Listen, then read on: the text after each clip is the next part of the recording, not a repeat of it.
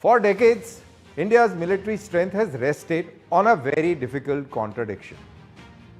India is a rising global power, commanding one of the world's largest armed forces, and yet it is deeply dependent on foreign weapons and imported technology. And that's sad.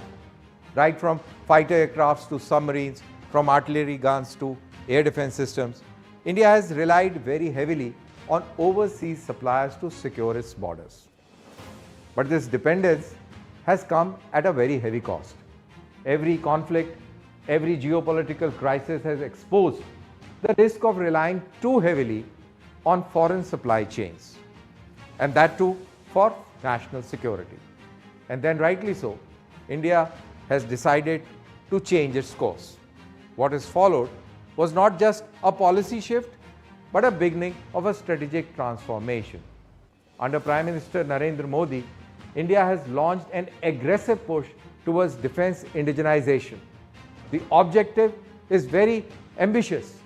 It underlines the idea to reduce imports, strengthen domestic industry, and build a self-reliant military-industrial ecosystem. And here comes the Make in India initiative, which has become the driving force behind this transition. Defense manufacturing was open to private players. Indigenous platforms have received political backing.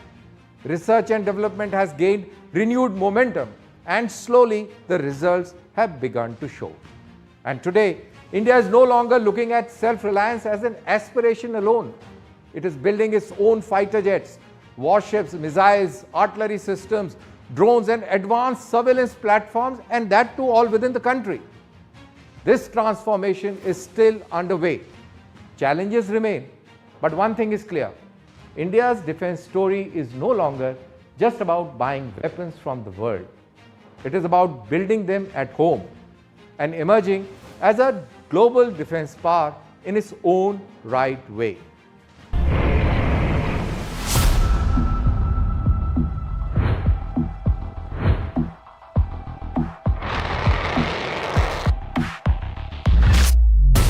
There was a time when India's military modernization moved painfully slowly. China was rapidly modernizing its military. Pakistan continued investing in asymmetric warfare and missile capabilities. The Indian Ocean was becoming increasingly contested. Yet, India remained heavily dependent on foreign suppliers for some of its most critical defense requirements.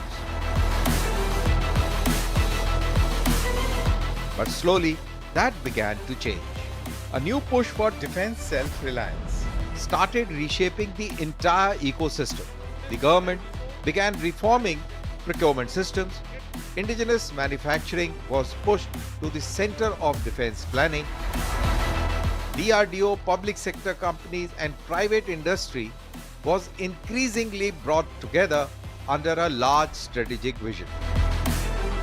The goal was ambitious: to reduce foreign dependence and build a military industrial base capable of supporting India's rise as a major power.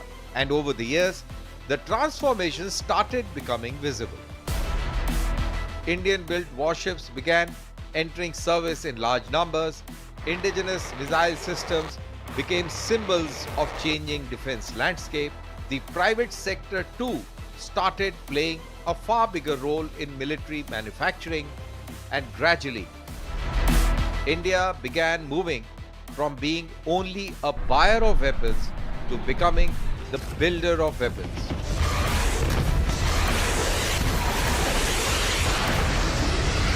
Today, the shift is becoming impossible to ignore. Defense exports crossed 38,424 crore rupees in financial year 2025-26. Indian-made military equipment is now reaching countries across Asia, Africa, and Latin America. But beyond the numbers lies a larger story. The story of how India is attempting to transform itself from a defense importer to a self-reliant military power. And nowhere is this transformation more visible than the Indian Army itself. So what has changed? How did India move away from decades of dependence? What role did policy reforms, private industry and military modernization play in this shift? This is the story of India's defense revolution, the reforms, the challenges and the rise of new military industrial area. And it begins with the Indian Army.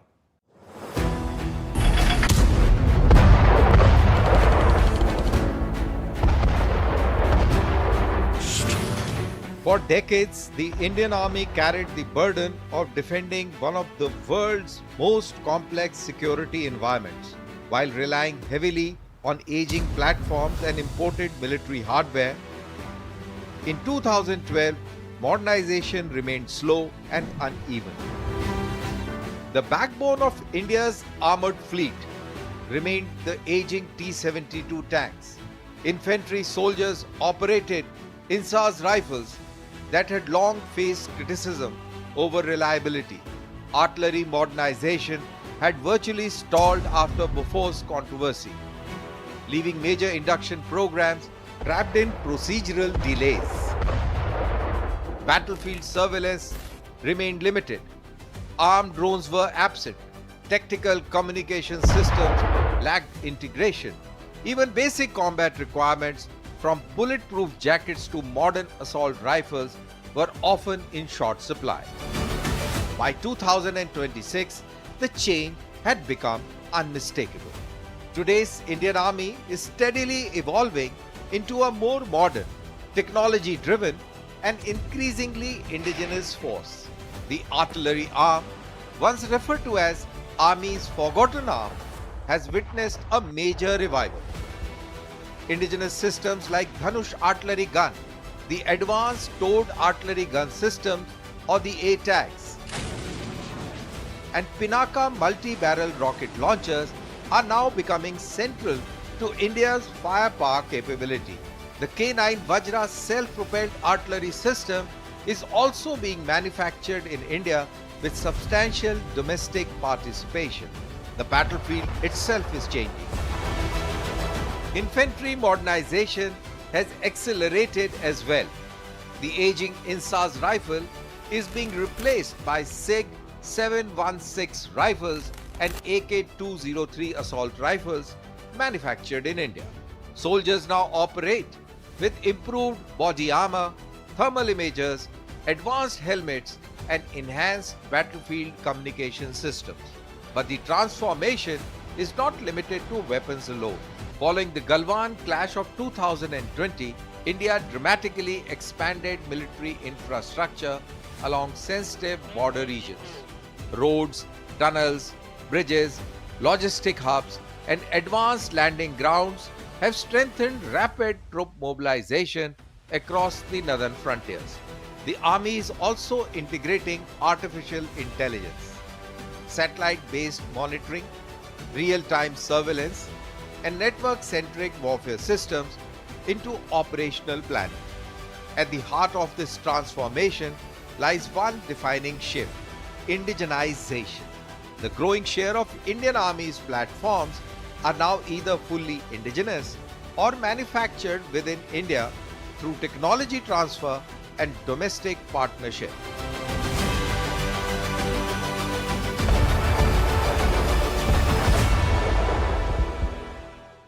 By 2012, the Indian Navy was already recognized as one of the most capable maritime forces in the Indian Ocean.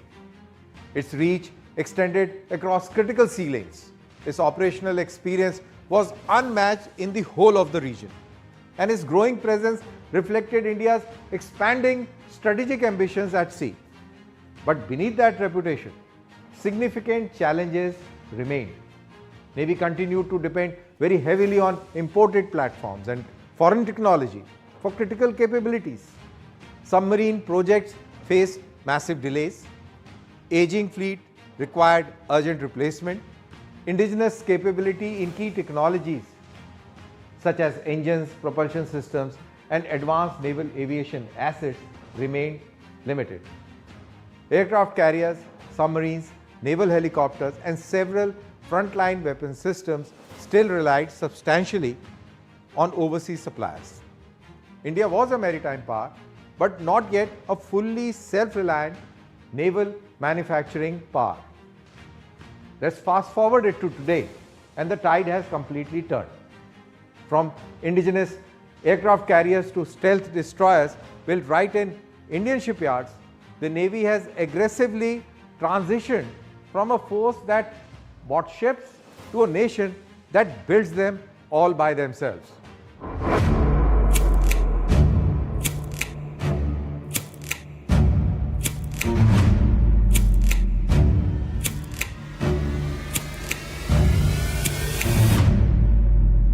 India understood that maritime power would become central to its strategic future. But building that capability required far more than importing warships. But the most visible symbol of this transformation arrived with India's first indigenous aircraft carrier, the INS Vikrant. For the first time, India demonstrated the ability to design and build an aircraft carrier domestically, a capability possessed by only a handful of nations in the world. The 45,000-ton warship represented more than naval expansion. It marked India's emergence as a serious maritime industrial power capable of mastering highly complex naval engineering and large-scale warship construction. At the same time, Navy's surface fleet also underwent a major technological leap. Advanced stealth destroyers like the Kolkata class and Vishakhapatnam class introduced long-range sensors, BrahMos supersonic cruise missiles, advanced air defense systems, and integrated network-centric warfare capabilities into the fleet. But perhaps the most strategic transformation took place beneath the ocean's surface. For decades, nuclear submarine capability remained one of the most exclusive domains in the global military power. Only a handful of nations possess the expertise to operate nuclear-powered ballistic missile submarines, the backbone of credible nuclear deterrence. India's entry into that elite group marked a historic milestone. If you recall, in year 2012 and around, the Indian Air Force was facing a very major crisis. There was a declining squadron strength, aging aircrafts, heavy dependence on imported fighter jets, their engines, radars and missile systems. Modernization moved very slowly. Even as aerial warfare around the region was evolving with stealth technology, drones, precision weapons and network-centric combat systems. India understood that future air superiority could not rely entirely on foreign platforms. It required something far more difficult: the development of strong indigenous aerospace ecosystem.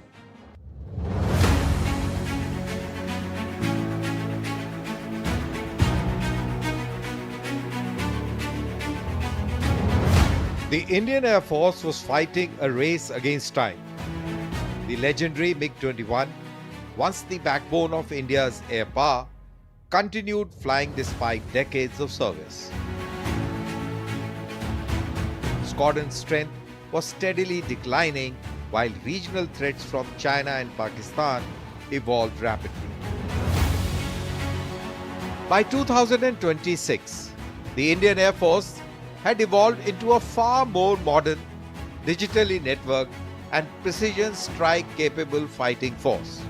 At the center of this transformation was the induction of Rafale fighter aircraft, bringing advanced sensors, long-range strike capability, electronic warfare systems, and Meteor, the beyond visual range missiles, into the Indian Air Force inventory. At the same time, indigenous capability also began gaining momentum. The Tejas fighter program emerged as a major symbol of India's aerospace ambitions. The Tejas Mark 1 Alpha, equipped with advanced avionics, AESA radar, electronic warfare suits, and indigenous weapons integration represented a major leap in India's domestic fighter aircraft capability. India also accelerated work on the Tejas Mark II and the 5th generation Advanced Medium Combat Aircraft Program, or the AMCA. India's indigenous weapons ecosystem expanded rapidly. The Astra Beyond Visual Range missile gave the Indian Air Force a domestically developed air-to-air combat capability designed for modern aerial warfare. Indigenous glide bombs and precision-guided munitions also strengthened India's ability to conduct long-range precision strikes with greater accuracy and reduce dependence on foreign weapon systems. India's air defense architecture evolved dramatically as well. The indigenous Akash missile system became operational across multiple sectors, while the induction of the S-400 air defense system significantly strengthened India's layered air defense shield against hostile aircrafts, cruise missiles, and long-range aerial threats. Airborne early warning systems, real-time surveillance, electronic warfare, and network-centric operations increasingly became central to operational planning. The transformation was not just limited to fighter aircrafts alone. The induction of the indigenous light combat helicopter Prachand marked another major milestone in India's aerospace journey. Designed for high-altitude warfare and operations in extreme terrain, Prachand strengthened India's combat helicopter capability along sensitive border regions. And perhaps one of the biggest changes came in the rise of drone warfare. What was almost absent in 2012 is now becoming central to future air combat strategy. Indian companies and DRDO are developing surveillance drones, swarm drones, loyal wingman concepts, and counter drone systems designed for next generation battlefields. But beyond the platforms and technology lies an even larger shift: India's growing aerospace self-reliance.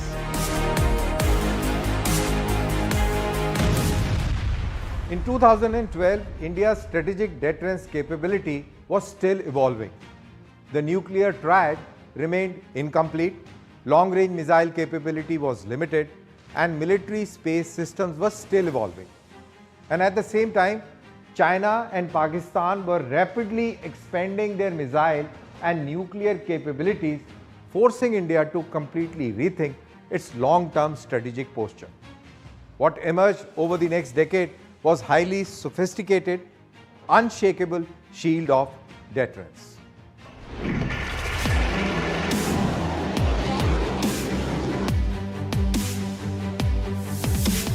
Over the next decade, that transformation accelerated.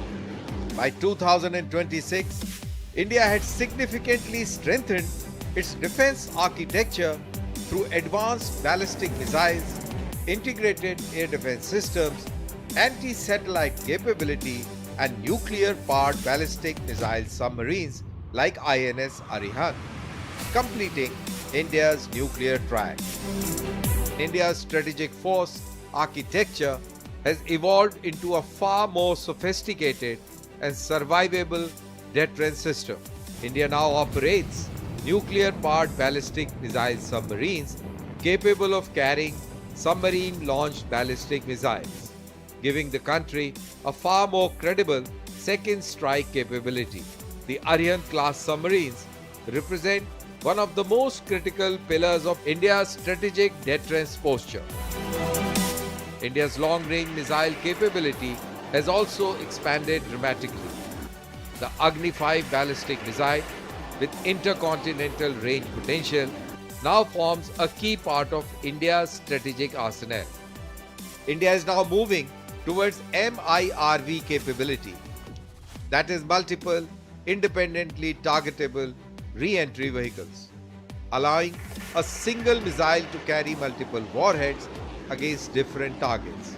India has expanded its conventional strategic strike capability through systems like the BrahMos supersonic cruise missile and development of hypersonic technologies. The space domain has also emerged as a critical pillar of India's national security architecture. The creation of the Defence Space Agency marked a major institutional shift towards integrating space into military operations. In year 2019, India demonstrated anti-satellite capability through Mission Shakti, proving the ability to destroy a satellite in low Earth orbit. India is also investing heavily in ballistic missile defense systems, the induction of the S-400 defense system. They are gradually strengthening India's layered strategic shield. Cyber warfare, electronic warfare, AI-enabled surveillance, and space-based monitoring are increasingly becoming part of India's strategic deterrence framework.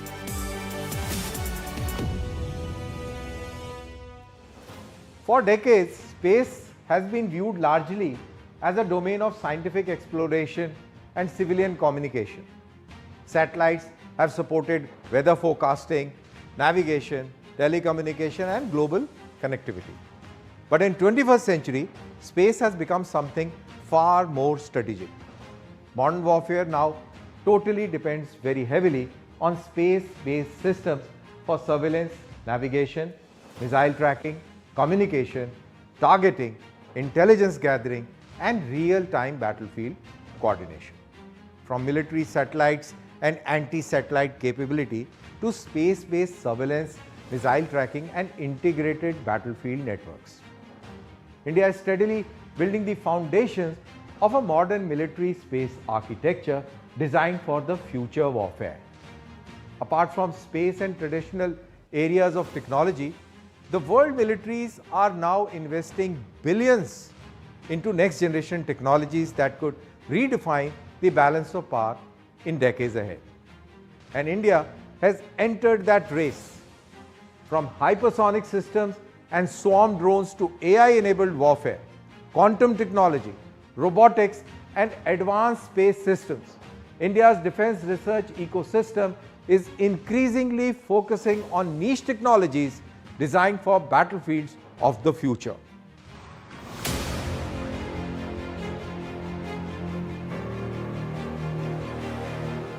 By 2026, India had built one of the world's fastest growing strategic space ecosystems. The country expanded its network of military and dual-use satellites for communication, reconnaissance, navigation, electronic intelligence, and real-time surveillance. Systems like GSAT-7 and GSAT-7 Alpha strengthened secure communication capabilities for the Navy and the Air Force, while the RISAT and Cartosat satellite series enhanced India's surveillance and imaging capabilities across sensitive border regions and maritime zones. मेरा विश्वास पक्का हुआ है जो भारत कभी weapons के मामले में दुनिया का एक बड़ा इंपोर्टर माना जाता था, अब भारत को दुनिया का सबसे बड़ा एक्सपोर्टर बनने में आगामी 25-30 वर्षों के अंदर दुनिया की कोई ताकत रोक नहीं सकती है. We are very well aware that India was primarily known as world's one of the largest importers of defense equipment. But over the last decade, a major shift has begun to take shape. In 2013, our total defense exports were rounding around just rupees 686 crores. But if you talk today, India is not only building weapons for its own armed forces, it is also increasingly exporting them to the world over. Powered by state-run enterprises and an explosive private sector, India's defense exports have broken all historic records, skyrocketing to an all-time high of 38,424 crore rupees. supplying cutting-edge systems to over 80 nations globally.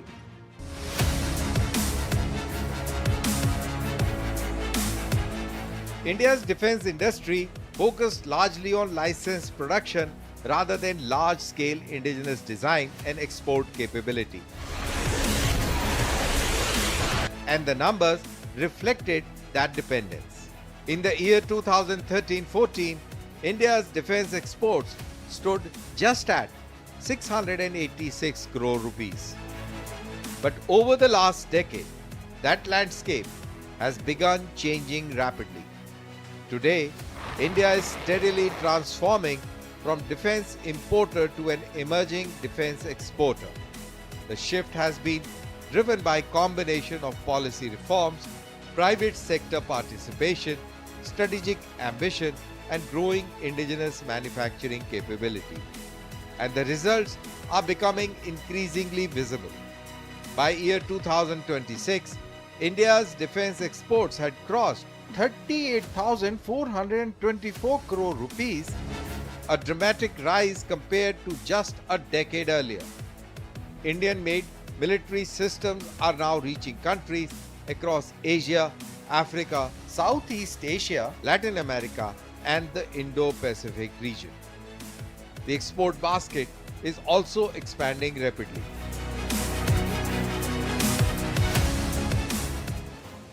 Over the last decade, India's defense landscape has undergone a major transformation. And for the first time, India is not only an importing military power, but it is increasingly building and exporting it as well. Challenges still remain in critical technologies, but the direction is very clear. India is moving from defense dependence to strategic self-reliance. Bharat माता की, भारत माता की, वंदे, वंदे।